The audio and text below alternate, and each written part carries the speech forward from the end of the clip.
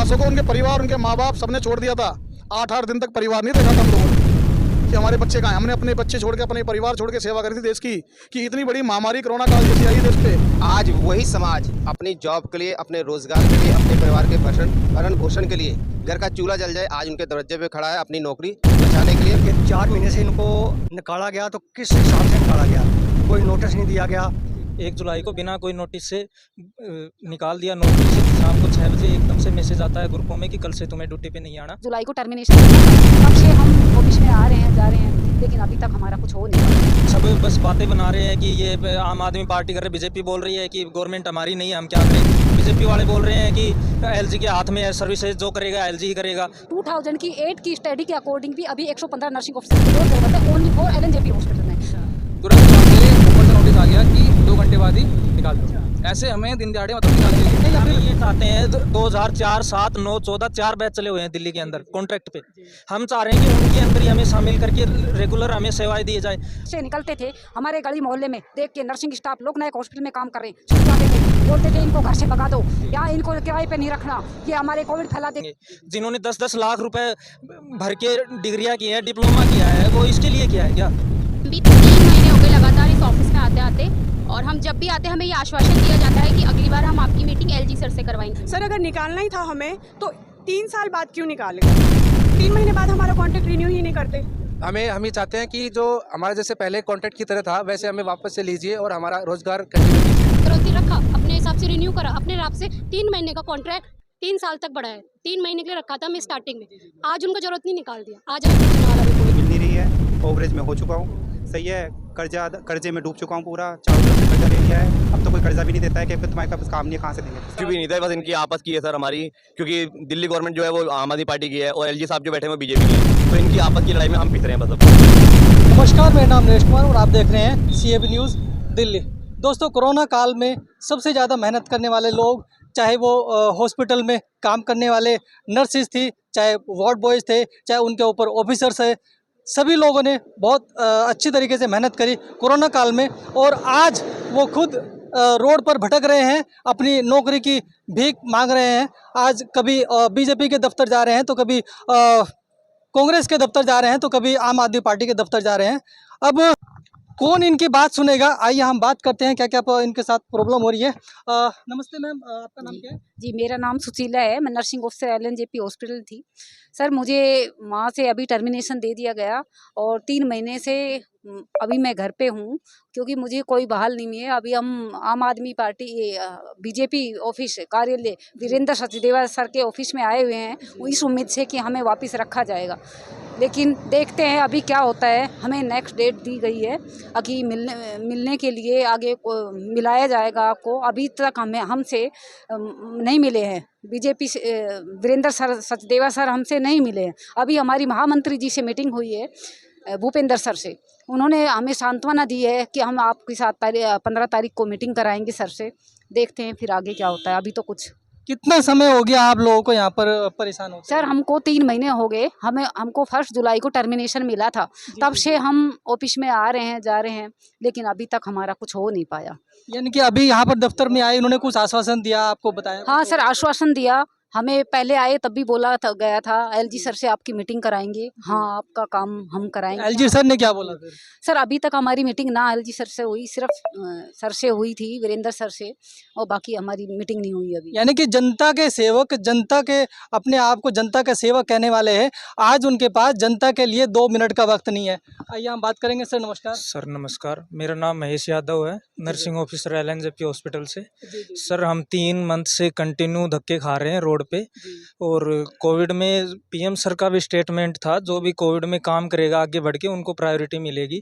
हमें 1 जून को बिना कोई नोटिस की, 1 जुलाई को बिना कोई नोटिस से निकाल दिया नौकरी से। शाम को 6 बजे एकदम से मैसेज आता है ग्रुपों में कि कल से तुम्हें ड्यूटी पे नहीं आना, और 3 महीने से हम कंटिन्यू धक्के खा रहे हैं, कभी कहीं कंटिन्यू हमें आश्वासन मिल रहे हैं। और आज भी वीरेंद्र सचदेवा सर के कार्यालय में खड़े हैं, 2 तारीख को भी यहाँ पे आए थे, तो इन्होंने आश्वासन दिया था कि 12 तारीख को मैं तुम्हारे साथ चल के एलजी सर से मीटिंग करवाऊँगा और उसमें तुम्हारी प्रॉब्लम का सोल्यूशन होगा, बट आज तक ऐसा हुआ नहीं। आज भूपेंद्र सिंह जो मोर्चा के अध्यक्ष हैं उनके नेतृत्व में आज हमारी मीटिंग हुई है। आज उन्होंने आश्वासन दिया है 15 तारीख को तुम्हारी सॉल्यूशन का हर हाल में प्रॉब्लम सॉल्यूशन होगा और हमें बीजेपी हमारे साथ काम करेगी, ऐसा कुछ आश्वासन मिला है। बट हमें कोई उम्मीद कहीं से भी नहीं मिल रही। रोड पे कितने लोग हैं आप लोग यहाँ पर? 152 हैं सर। जी जी जी। अच्छा, आप लोगों को कुछ जैसे कोई भी फैक्ट्री से या कंपनी से किसी भी ऑफिस से जब निकाला जाता है तो वहाँ पर एक रूल होता है कि 6 महीने की या साल भर की कुछ सैलरी दे के उनको निकाला जाता है, तो आपको कुछ मिला? कुछ भी नहीं मिला सर, कोई एक दिन का नोटिस पीरियड ही नहीं मिला। और सर ये बोल रहे हैं कि वैकेंसी नहीं है, तुम ज़्यादा हो। मैंने यूनियन का लेटर हेड जो 1/10 को ही हमारी LNJP की यूनियन है, उन्होंने AR स्टडी की है हॉस्पिटल में, वो 2565 स्टाफ और मांग रहे हैं जी जी जी। कि इतना स्टाफ और रिक्वायरमेंट है। हमने RTI डाली है गवर्नमेंट में, उसमें भी 110 रिक्वायरमेंट और 2500 वैकेंसी। ध्यान दे यूनियन मांग प्रशासन, रही है। जरा इस बात पर ध्यान दे। 2500 लोगों की वैकेंसीज अभी खाली है और ये केवल 150 आदमी। और जो गवर्नमेंट के रूल और रेगुलेशन के अकॉर्डिंग जैसे जितने बेड होते हैं हॉस्पिटल में, उसके अकॉर्डिंग भी हमने RTI डाली है, उसमें भी स्टाफ नर्सिंग ऑफिसर की रिक्वायरमेंट आ रही है 110 की। और वो उस अकॉर्डिंग रिक्वायरमेंट नहीं है, क्योंकि उन्होंने जो बेड स्ट्रेंथ और पुराना वो था वो सेंक्शन करके अभी जो पोस्ट क्रिएट होनी थी वो अभी तक नहीं की गई है। तो वो स्टडी 2008 की है, उस 2008 की स्टडी के अकॉर्डिंग भी अभी 115 नर्सिंग ऑफिसर की और ज़रूरत है, ओनली फॉर LNJP हॉस्पिटल में, ना कि ऑल ओवर दिल्ली में। और हमें जब लगाया गया था, हम तो ऑल ओवर दिल्ली के हैं, हम तो कहीं भी दिल्ली में हमें जहाँ पे भी खाली है वहाँ पे लगाया जाए, लेकिन हमें पे कहीं पे भी नहीं। आपको टेम्परेरी लगाया गया था कुछ? जी सर, हमें कॉन्टैक्ट पे लिया गया था कोविड के, ड्यूरिंग कोविड। तो क्या वो कॉन्ट्रैक्ट फिर खत्म हो गया है, चेंज हो गया, कैसे? सर कॉन्ट्रैक्ट खत्म हो गया, एक्सटेंड नहीं कर रहे और हमें टर्मिनेशन ही दे दिया, निकाल ही दिया गया। अच्छा, जो कॉन्ट्रैक्ट का MD सर बोल रहे हैं कि LG सर आपकी फाइल आगे पास नहीं कर रहे, एक्सटेंशन नहीं दे रहे, सैलरी का इश्यू है, ये है वो है। तो उस रिगार्डिंग सब बस बातें बना रहे हैं कि ये आम आदमी पार्टी कर रहे, बीजेपी बोल रही है कि गवर्नमेंट हमारी नहीं है, हम क्या करें। बीजेपी वाले बोल रहे हैं कि LG के हाथ में है सर्विसेज, जो करेगा LG ही करेगा। तो हम तो सर, हमें तो गुमराह किया जा रहा है बार बार, हम तो भटक रहे हैं, कभी बीजेपी कार्यालय, कभी कहाँ रोड पे बैठे हैं सर 3 महीने से, अभी तक तो कोई सुनवाई हुई नहीं, बार बार आश्वासन ही मिले जा रहा है। तो प्रशासन इस बात को लेकर गंभीर हो जाए और ध्यान दे, क्योंकि अभी इलेक्शन का भी वक्त आ रहा है और अगर ये 150 आदमी हैं, इनके साथ जो परिवार जुड़े हैं, अगर 6-7 आदमी से भी मल्टीप्लाई करेंगे तो काफ़ी ज़्यादा वोट हैं। अगर आप इन लोगों की बात नहीं सुनेंगे या फिर इन लोगों का ये समस्या का समाधान नहीं करेंगे तो हो सकता है ये सारे लोग फिर और दूसरी पार्टी के पास भी जाएं, कोई ना कोई तो इनका समाधान करेगा। और क्या क्या नहीं करता सर। आप कहाँ से हैं? मैं दिल्ली से ही हूँ, मेरा नाम हिमांशु वर्मा है, मैं भी लोकनायक हॉस्पिटल में काम करता हूँ। हम 152 लोग हैं, हम लोगों ने रात दिन मेहनत करी इतनी बिना ऑफ के, और हमें जो ऑफ मिले भी हैं उसके पैसे कटे हमारे। समझ रहे हो आप कैसी बात कर। उसके बाद हमें क्या करते हैं, 1 तारीख को 4 बजे करीब, 12-2 बजे करीब ना आ गया कि हाँ भाई हमारे हॉस्पिटल में छोड़ दिया कि आपको बंदे रखने हैं तो रख लो, आपके जो एम्प्लॉय है। तुरंत वहाँ से ऊपर से नोटिस आ गया कि 2 घंटे बाद ही निकाल दो। ऐसे हमें दिन दिहाड़े मतलब निकाल दिया गया है। जिन्होंने मॉर्निंग ड्यूटी करी उनकी सैलरी मिली नहीं, हमें निकाल दिया गया। उसके बाद क्या कर रहा है, जो हमारी 2 महीने की सैलरी अटकी हुई थी, सोचो निकालने के बाद भी हम 3-4 महीने बाद हमारी सैलरी मिल रही है हमें। कंटिन्यू से ऐसी क्या प्रॉब्लम आ गई कि केवल 150 आदमी को निकालने से सरकार का कितना पैसा बच जाएगा? और सर हॉस्पिटल में भी तो यूनियन बोल रही है कि हमारी रिक्वायरमेंट है, स्टाफ भी वहाँ पे परेशान हो रहा है, यूनियन के लेटर हेड पे है, उन्होंने AR स्टडी की है। और उसके बाद भी हमारी सैलरी कभी भी टाइम पे नहीं आई, कभी भी एक बार भी टाइम पे नहीं आई। 6-6 महीने की एक साथ सैलरी आ रही, वो भी बट के हिस्सों में, 1-1 साल तक भी वेट किया है सर हमने, 1-1 सैलरी। अभी आप लोग क्या चाहते हैं? आप वहाँ पर जैसे आप काम कर रहे थे कॉन्ट्रैक्ट बेस पे वैसे ही रहें या फिर ये चाहते हैं 2004, 7, 9, 14 4 बैच चले हुए हैं दिल्ली के अंदर कॉन्ट्रैक्ट पे। हम चाह रहे हैं कि उनके अंदर ही हमें शामिल करके रेगुलर हमें सेवाएं दी जाए। और सर और स्टेट में जो कोविड में काम किया है, जैसे यूपी में ही NRHM के थ्रू करके उनको कंटिन्यू कर दिया। हरियाणा में 55 साल फिक्स कर दी कि 55 साल तक तुम्हारी जॉब कहीं नहीं जाएगी। राजस्थान में पर ईयर 10 नंबर दिए हैं, बोनस के 10 नंबर दे रहे हैं, तो वो कभी भी अपना पेपर लिखेंगे। अब उनको 3 साल हो गई तो 30 नंबर उन्होंने अपने कर लिए, 10-20 भी वो पेपर से ले आएंगे तो वो भी परमानेंट है। सर हमें तो कुछ भी नहीं मिल रहा, ऑफ भी नहीं मिल रहा। और स्टेट में जो नर्सिंग ऑफिसर काम कर रहे हैं उनको मेडिकल, EL, CL सब कुछ मिल रहा है, हमें कुछ भी नहीं मिला। 4 ऑफ पर मंथ मिलते थे, उनके भी हमारे पैसे कटते थे, वो भी हमें रो रो के इंचार्जों से लेने पड़ते थे कि आज हमें ये ऑफ दे दो, ये ऑफ दे दो। वो भी तब देने शुरू किए गए जब कोविड खत्म हो गया। कोविड के ड्यूरिंग तो हमें कंटिन्यूस 30 दिन लगातार, महीने में 30 दिन होते हैं, 30 दिन ड्यूटी करवाई गई हमसे। और कोविड पॉजिटिव हम खुद कोविड पॉजिटिव है, फिर भी हमें कोविड पॉजिटिव को बोला गया तुम कोविड पॉजिटिव हो, कोविड पॉजिटिव पेशेंट के पास ड्यूटी कर सकते हो, क्या दिक्कत है। तो हमारी तब भी हम पॉजिटिव होते हो, हम खुद बीमार हैं, तब भी हम एक बीमार की हमने उस टाइम, उस कोरोना काल में हम जब घर से निकलते थे, हमारे गली मोहल्ले में देख के नर्सिंग स्टाफ लोकनायक हॉस्पिटल में काम कर रहे हैं, छुप जाते थे, बोलते थे इनको घर से भगा दो, यहाँ इनको किराए पे नहीं रखना, ये हमारे कोविड फैला देंगे, ये कर देंगे। हम उन हालातों में काम करें और आज हमारी ये हालत करके गवर्नमेंट ने, कौन जिम्मेवार इसका। बहुत बुरे हालातों में भी काम किया। 30 साल एज हो गई, 3 साल मैंने कंटिन्यू यहाँ पे काम किया, 27 साल का मैं यहाँ पे आया, 3 साल मेरी ओवर एज हो गई, मैं कहीं का एग्जाम ही नहीं लिख सकता। ऐसे ही 152 में कम से कम भी 70 से 80 लोग ओवर एज हो गए, वो कहाँ जाएंगे, क्या करेंगे। जिन्होंने 10-10 लाख रुपए भर के डिग्रियां की है, डिप्लोमा किया है, वो इसके लिए किया है क्या। प्राइवेट में भी जॉब बहुत गंभीर समस्या है। मैम आप कहाँ से आए? मैं दिल्ली की रहने वाली हूँ, मेरा नाम ललिता है और मैं LNJP में काम करती थी। सर हम भी 3 महीने हो गए लगातार इस ऑफिस में आते आते, और हम जब भी आते हमें ये आश्वासन दिया जाता है कि अगली बार हम आपकी मीटिंग LG सर से करवाएंगे, लेकिन आज तक कोई समाधान नहीं निकला है इस चीज़ का। अभी तक कितने लोगों से आप मिल चुके हो? हम यहाँ पे जितनी बार भी आए सचदेवा सर से मिलते हैं, वो हमें कह देते हैं आपकी नेक्स्ट मीटिंग होगी इतने तारीख को आप आ जाना। हम अगली उस तारीख को आते हैं, लेकिन हमारी कोई सुनवाई नहीं की जाती यहाँ पे। यानी कि सचदेवा सर भी आपको डेट पर डेट, तारीख पर तारीख दी जा रही है। सर बीजेपी के अभी हमारे 6 सांसद हैं दिल्ली में, हम 5 सांसदों से मिल चुके हैं, 5 से मिल चुके हैं, 7 सांसद के अंदर से अभी 5 से मिल चुके हैं। बीजेपी बोलती है कि हमारी गवर्नमेंट नहीं है, केंद्र में तो आपकी है। PM सर का खुद का स्टेटमेंट है, जो कोविड में काम करेगा उनको प्रायोरिटी दी जाएगी, उनकी जॉब सिक्योर की जाएगी। और बोल रहे हैं कि हमारी गवर्नमेंट आएगी तब हम उस राज्य में तो हमारी गवर्नमेंट है, तो वहाँ पे ऐसी प्रॉब्लम नहीं है। नहीं, अगर पब्लिक के साथ इस तरह का व्यवहार होगा तो अभी एक्सपेक्ट नहीं कर सकते कि वो नेक्स्ट पे शायद इधर आए। आप कहाँ से मैम? पर मैं कोविड काल में यहाँ पे अपना प्राइवेट जॉब छोड़ के यहाँ पे आई थी। तो सर 3 महीने बाद में मुझे ये नहीं था कि हाँ अब कंटिन्यू करेंगे। सर अगर निकालना ही था हमें तो 3 साल बाद क्यों निकाल गए? 3 महीने बाद हमारा कॉन्ट्रैक्ट रिन्यू ही नहीं करते, हम कुछ बोलते ही नहीं, ठीक है हम अपना वो लगाते ना आइडिया कुछ और करते।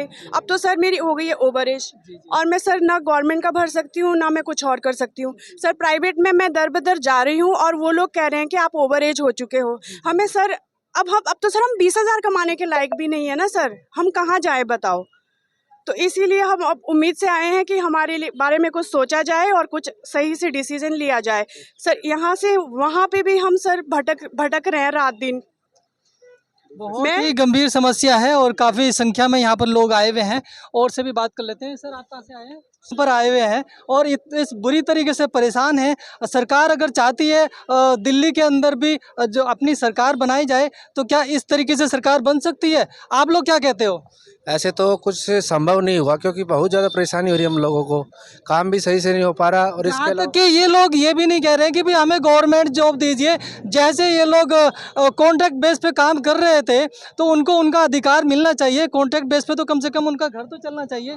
जी ज़रूर, ये काम तो होना ही चाहिए, क्योंकि इतनी परेशानियों का हमें सामना करना पड़ रहा है। क्योंकि जहाँ भी हम जाते हैं वहाँ पे हमें नौकरी की बहुत ही परेशानी झेलने को पड़ रही है। क्योंकि एक तो हमारी एज इतनी हो गई है कि सब तो जो वैल्यूएबल टाइम है, जिस एज में अदर जगह पर जाकर आप फॉर्म भर सकते हैं, वो एज तो खत्म हो नहीं। हाँ वो बाकी अब नोट सेट भी एग्जाम नहीं दे सकते, क्योंकि हम सब के सब 30 साल और हो चुके हैं। तो कोई भी स्टेट गवर्नमेंट की एग्ज़ाम या फिर सेंट्रल गवर्नमेंट की एग्ज़ाम हम नहीं दे पा रहे इसकी वजह से। और इतनी परेशानियाँ हो रही हैं क्योंकि 3-4 महीने से हम बेरोजगार बैठे हैं, और इतनी ज़्यादा समस्या है कि बस बहुत ज़्यादा समस्या है। तो आप क्या चाहते हैं अभी? हम ये चाहते हैं कि जो हमारा जैसे पहले कॉन्ट्रैक्ट की तरह था वैसे हमें वापस से लीजिए और हमारा रोज़गार कंटिन्यू कीजिए। चलिए और से बात कर लेते हैं राजस्थान से। पे लोकनायक में 3 साल तक काम करा है। 3 साल तक स्टार्टिंग में जब सरकार को अपनी ज़रूरत थी, हमें कोविड में अपने हिसाब से रखा, आओ और ज्वाइन करो, 3 महीने तक रखा। उसके बाद उन्हें अपने अकॉर्डिंग अगले 3 साल तक उनको ज़रूरत पड़ी, उन्होंने रखा। सैलरी भी इवन ठीक से नहीं देते थे, बड़ी मुश्किल से 6-6 महीने तक अगले बंदा वेट कर रहा है। फैमिली नहीं होती है क्या, काम नहीं होता है क्या? हर एक सबकी फैमिली हमारी सैलरी पे चलती है। एक घर में उनके माँ बाप है, बच्चे हैं, पेरेंट्स हैं, कितने लोग हैं घर छोड़ के आ रहे हैं। सरकार को जब तक ज़रूरत थी रखा, अपने हिसाब से रिन्यू करा, अपने हिसाब से 3 महीने का कॉन्ट्रैक्ट 3 साल तक बढ़ाया। 3 महीने के लिए रखा था मैं स्टार्टिंग में, आज उनको ज़रूरत नहीं, निकाल दिया। आज हमें पूछने वाला भी कोई नहीं। यहाँ 3 महीने से इधर से उधर धक्के खा रहे हैं, देख रहे हैं। इनके पास हम तीसरी चौथी बार आ रहे हैं। फर्स्ट टाइम इनसे मिले थे, इन्होंने कहा हाँ ठीक है मैं देखूंगा, बात कराऊंगा, जान पहचान। आपको क्या लगता है सिर्फ एलजी साहब ही हैं जो इस समस्या का समाधान कर सकते हैं? हमें तो पता नहीं, कोई भी करे हमारे लिए, तो जो हमारी समस्या का समाधान करेगा ना, उससे बड़ा हमारे लिए कोई नहीं। जब तक सरकार को जरूरत थी उन्होंने रखा, आज सरकार को हमारी जरूरत नहीं तो हमारे लिए कौन है? कोई नहीं। क्या कहना चाहेंगे आप हमारे प्राइम मिनिस्टर साहब से? हम तो यही कहना चाहेंगे कि यार हम यहाँ देश के हैं, तुम्हारे लिए है। जब तुम्हारे को हमारी ज़रूरत थी तो हम तुम्हारे लिए थे। आज हमारे को तुम्हारी ज़रूरत है तो तुम हमारे लिए क्यों नहीं हो? क्यों हम धक्के खा रहे हैं? अच्छा कोई लगता है कोई अपने परिवार को छोड़ के आ रहा है, बच्चों को छोड़ के आ रहा है, 10-10 बार आ रहे हैं, ज़रूरत है तभी तो आ रहे हैं। और कब तक आएंगे? कोई भी किसी के भी पास जाओ, सब कहेगा हाँ हो जाएगा, करेंगे, आश्वासन से सब देते हैं, कर कौन रहा है? और किसी ने अभी तक करा भी नहीं, हमें तो नहीं दिखा। अगर करा होता तो आज यहाँ खड़े होते। चलिए अभी वैसे 15 तारीख का जो अभी आपको वक्त मिला हुआ है एक मीटिंग, वो भी अटेंड कर लीजिए। अगर उसके बाद भी कुछ नहीं होता तो फिर जैसे आप लोग चाहें और रोड पे उतरें या कुछ भी करें। कोई हो ही नहीं रहा, हम जो चाहते हो कौन कर कौन रहा है? क्या चाहते? सुनने वाला नहीं है। नौकरी चाहते हैं भाई, हमारे घर पे सब भूखे मर रहे हैं, प्यासे मर रहे हैं, कौन आएगा? आज से पहले तो हम लोग यहाँ नहीं आए, मजबूरी ने खड़ा कर रखा है ना। और ऐसा नहीं लोगों के लिए हाथ में नहीं है, लेकिन सब पार्टी है, एक दूसरे के ऊपर टाल देते हैं। ये नहीं इसकी गलती है, बीजेपी नहीं, दिल्ली सरकार कर रही है, आम आदमी कर रहा है। अरे हमें क्या पता कौन कर रहा है? तुम लोगों को अंदर का चल रहा है, भुगत कौन रहा है? हम। ये लोग क्या कर रहे हैं? आपस में बात टाल रहे हैं, लेकिन असर किस पे पड़ रहा है? हम पे पड़ रहे हैं। पब्लिक को तो पर डे खाने के लिए रोटी भी चाहिए और बच्चों के लिए पढ़ाई के लिए फीस भी चाहिए, लेकिन यहाँ पर देखने को मिल रहा है कि सरकारें जो हैं एक दूसरे के ऊपर थोपती जा रही हैं, फुटबॉल की तरह लेफ़्ट से राइट, राइट से लेफ़्ट जा रहा है, लेकिन कुल मिला के इन लोगों का अभी कुछ काम नहीं हो पा रहा है। और जी मैं लोकल दिल्ली से लोकल हूँ। मेरा नाम अमित है, अमित ढिलोर। मैं 1 जुलाई को लखनऊ का हॉस्पिटल में नौकरी करता था, उससे पहले 1 जुलाई को मुझे टर्मिनेट कर दिया गया है। मुझे समझ में ये नहीं आ रहा है इस समय, मेरे फादर है नहीं, 5 साल पहले एक्सपायर हो गए हैं। घर की सारी जिम्मेदारी मेरे ऊपर है। वाइफ मेरी प्रेग्नेंट है, अगले महीने उसकी डिलीवरी है। जॉब मुझे मिल नहीं रही है, ओवरेज में हो चुका हूँ। सही है, कर्जे में डूब चुका हूँ पूरा, चारों तरफ से कर्जा ले लिया है। अब तो कोई कर्जा भी नहीं देता है कि तुम्हारे पास काम नहीं है, कहाँ से देंगे पैसे, है ना। अब मुझे समझ में ये नहीं आ रहा है कि बहुत टेंशन में रहता हूँ। कभी कभी तो कहता बस ख़त्म सब कुछ। सही है, इतना हार चुका हूँ ज़िंदगी से। अब बस इनके पास आते हैं तो ये कहते हैं कि भाई आम आदमी की पार्टी है, वो लोग करेंगे जो उनको करना है। उनके पास जाते हैं तो कहते हैं भाई एलजी देखता है सब कुछ, क्योंकि दिल्ली स्टेट नहीं है, सब कुछ एलजी के हाथ में होता है। बस अब क्या कहूँ, बहुत ही ज़्यादा गंभीर समस्या है यहाँ पर। देखने को मिल रहा है कि दिल भर आता है ऐसी ऐसी बातें सुनकर। अभी हम बात करेंगे DTDU के अध्यक्ष माननीय बख्शीश सिंह जी से, जो इनको आज यहाँ पर लेकर आए थे। सर नमस्कार, स्वागत है आपका चैनल पर। सर कहाँ तक इन लोगों का काम पहुँचा? आप बहुत परेशान है बेचारे। मेरे को तो 1-2 दिन पहले रिपोर्ट मिली थी जी, और अभी बीजेपी ऑफिस में आए थे जी जी जी, और यहाँ से जो पता चला कि भी जो यहाँ के प्रदेश अध्यक्ष हैं सचदेवा जी, जी जी जी, उनसे ये 3-4 बार पहले मिल चुके हैं। जी आज तो वो मिले नहीं। जी, तो अभी ये भी पता नहीं चल रहा कि 4 महीने से इनको निकाला गया तो किस हिसाब से निकाला गया। कोई नोटिस नहीं दिया गया, ना नोटिस पे दी गई है। तो ये मेरे हिसाब से तो निकालना जो है बिल्कुल नाजायज़ है। और किसने निकाला है? दिल्ली सरकार ने निकाला है या एलजी साहब ने निकाला है? जिसने भी निकाला है वो गलत निकाला है। तो इस पे ऊपर सेंटर को भी और स्टेट को भी बहुत जल्द फैसला लेना चाहिए, नहीं तो आज की जनता जो है वो, अगर देश आज़ाद है जी जी जी। तो जनता भी आज़ाद है। हाँ बिल्कुल सही बात। जनता किसी पार्टी के घर में जी 2 टाइम खाना खाने नहीं जाती है। नहीं जाती है। जनता अपने घर में खाती है और कमाई करके खाती है, मेहनत करके खाती है। तो इनको जो निकाला गया है 4 महीने से, तो ये भी मेहनत करने वाले थे। उस टाइम इन्होंने मेहनत करी है जिस टाइम लोग घरों में रुके हुए थे, छुप के बैठे थे। जिस समय में पूरी पब्लिक, पूरा मैं भारतवर्ष कहूँगा कि सब लोग अपने घर में छुपे हुए थे, और घर में अगर किसी को कोविड हो गया तो उसको भी साइड में रख के उससे भी डर लगता था। ऐसी स्थिति में, ऐसी समस्या के बीच में इन लोगों ने कोविड में हॉस्पिटल में काम किया, और आज अगर सबका काम निकल गया है तो इनको अलग कर दिया। ये बहुत ही गलत बात है। इन लोगों को जो है जॉब पे वापस लेना होगा। सरकारी